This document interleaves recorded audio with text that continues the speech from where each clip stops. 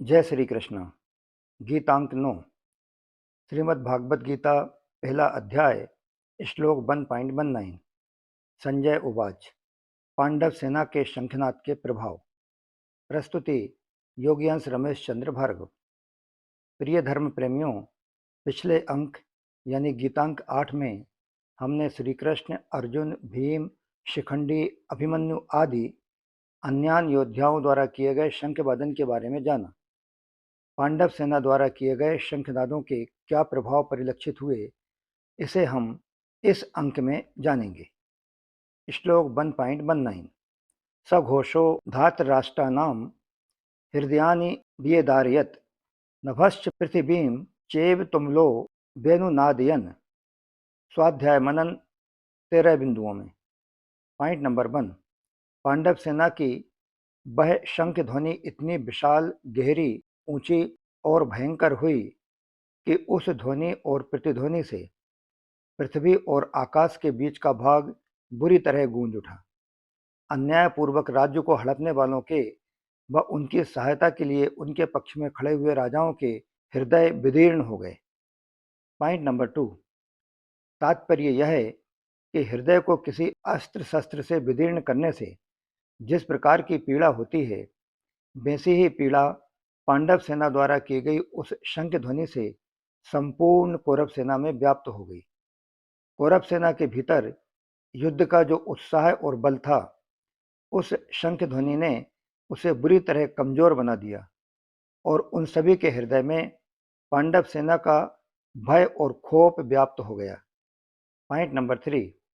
हमने देखा कि संजय श्रीमद् भागवत गीता के प्रथम अध्याय के 14वें श्लोक से आरंभ करते हुए धृतराष्ट्र के समक्ष पांडवों की सेना का बढ़ चढ़कर वर्णन करता है, क्योंकि उसका पुरजोर यही प्रयास रहता है जिससे धृतराष्ट्र किसी प्रकार पांडव सेना की श्रेष्ठता समझ सके और युद्ध के विनाशकारी परिणामों को जान समझकर इस भ्रातृहंता युद्ध को रोकने का आदेश भेज दे।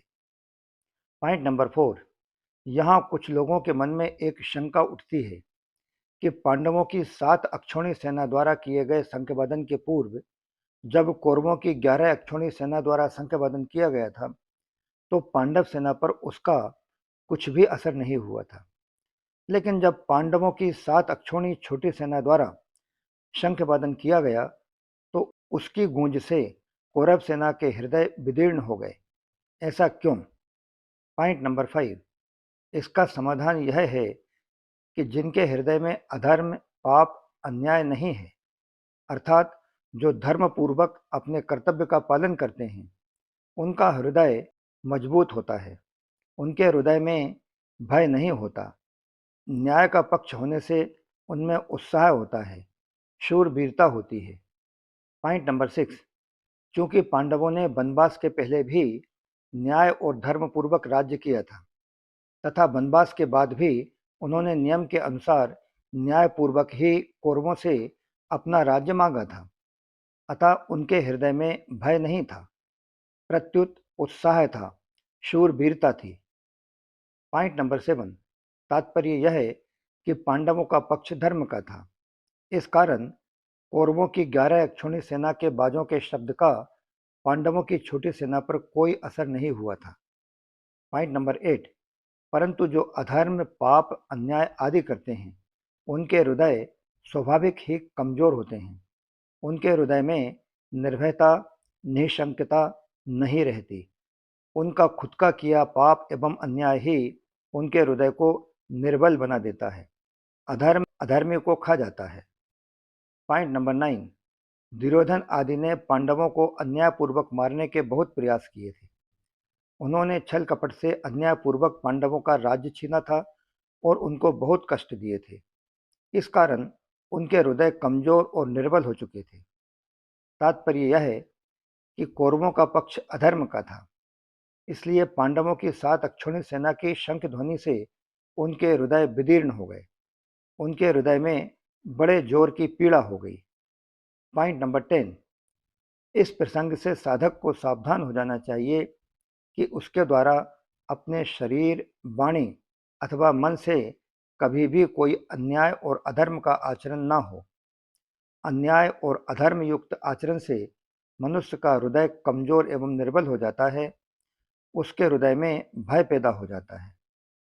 पॉइंट नंबर 11, उदाहरणार्थ, जिस लंकाधिपति रावण से स्वर्गलोक, भूलोक और पाताल लोक अर्थात तीनों लोकों में भय व्याप्त था, वही रावण जब छल और कपट पूर्वक सीता जी का हरण करने जाता है, तब वह अपने भीतर व्याप्त कुकृत्य से अंदर ही अंदर अत्यंत भयभीत एवं कमजोर हो जाता है और अंततः उसका सर्वस्व नष्ट भ्रष्ट हो जाता है। पॉइंट नंबर 12, इसलिए मनुष्य को चाहिए कि वह जीवन में कभी भी अन्याय और अधर्म युक्त आचरण ना तो स्वयं करे और न किसी और के द्वारा किए गए अन्याय एवं अधर्म युक्त आचरण को चुपचाप सहन ही करे। Last one, point number 13। इस प्रकार प्रथम अध्याय के 19वें श्लोक के साथ श्रीमद् भागवत गीता का अंक 9 यहीं समाप्त होता है। धृतराष्ट्र ने श्रीमद् भागवत गीता के पहले श्लोक में अपने और पांडु के पुत्रों के विषय में प्रश्न किया था। उसका उत्तर संजय ने दूसरे श्लोक से 19वें श्लोक तक दे दिया। अब संजय भगवत गीता के प्राकट्य का प्रसंग 20वें श्लोक से 25वें श्लोक तक करते हैं। प्राकट्य की आरंभिक स्थितियों का हम श्रीमद् भागवत गीता के अगले अंक यानी गीतांक 10 में स्वाध्याय मनन करेंगे। जय श्री कृष्णा। योगी अंश रमेश चंद्र भार्गव।